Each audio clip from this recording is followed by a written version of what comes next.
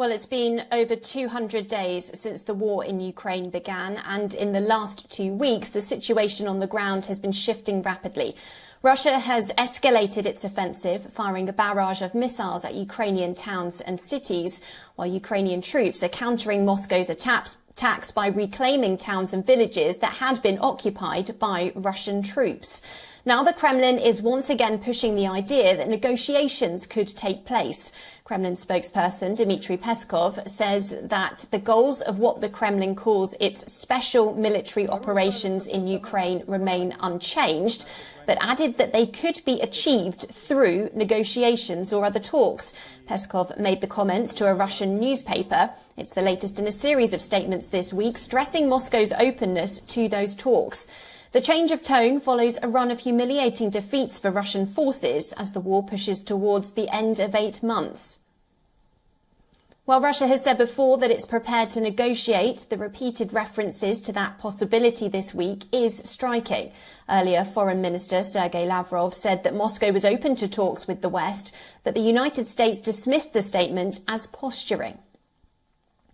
Ukrainian President Volodymyr Zelensky has ruled out talking to President Vladimir Putin after Russia proclaimed the annexation of 4 Ukrainian regions last month, a move that's been deemed illegal by Western nations. Missiles have bombarded Ukrainian cities this week in the wake of an attack on a vital bridge between Russia and annexed Crimea.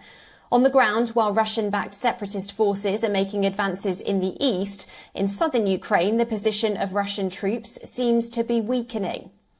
According to the UK military intelligence, forces led by private Russian military company the Wagner Group captured villages in the town of Bakhmut.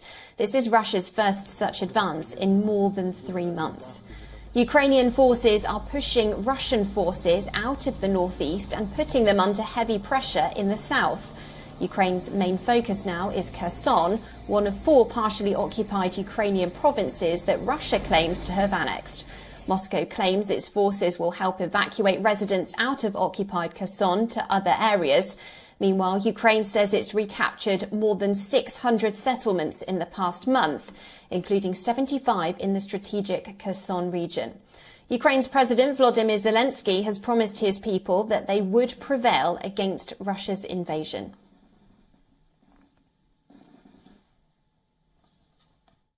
У часи національно-визвольних змагань проти нацистської окупації і проти рашистів.